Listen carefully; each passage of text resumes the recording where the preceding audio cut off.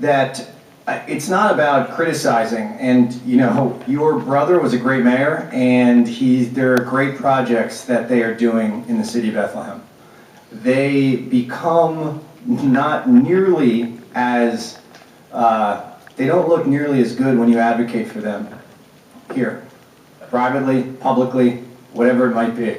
My comments here, and I try to stay away from what is right or wrong as far as ethics laws and conflicts of interest, but I think all of us understand that our behavior is not just determined by whether or not we vote, but it's whether or not we advocate, how do we have conversations. There's a whole level. So what this is about tonight is not just, that's a conversation for somebody else that's not me.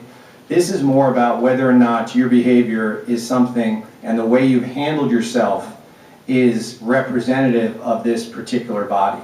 And it also, I'm going to state the obvious, and it doesn't matter if you disagreed with somebody that you were related to 9 times in a row.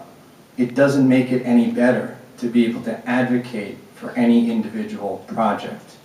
And as I said before, you stated multiple times, and I guess there's some credit to be given for you to stick by the fact that you believe that this report, the recommendation there was the most biased report you've ever seen. But I'm hard pressed to find about how that's an appropriate comment when somebody in your family is the one that benefits from this. And this is also a conversation that nobody up here would have ever had about any of this if it hadn't been your comment about this being unethical.